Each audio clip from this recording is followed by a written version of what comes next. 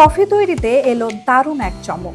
মানুষের সাহায্য ছাড়াই পুরো স্বয়ংক্রিয়ভাবে মাত্র 1 ঘন্টায় 202 কাপ কফি বানিয়ে গিনেস ওয়ার্ল্ড রেকর্ড করেছে একটি রোবট বারিস্তা।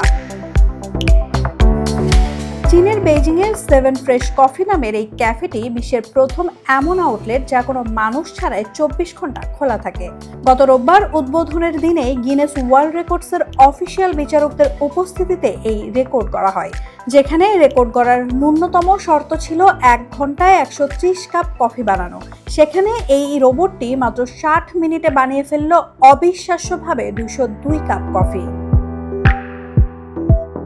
ক্যাফে কর্তৃপক্ষ জানায়, অর্ডার নেওয়া থেকে শুরু করে কফি তৈরি করা বা কাপে ঢালার কাজ সবটাই করছে এই হাইটেক রোবট।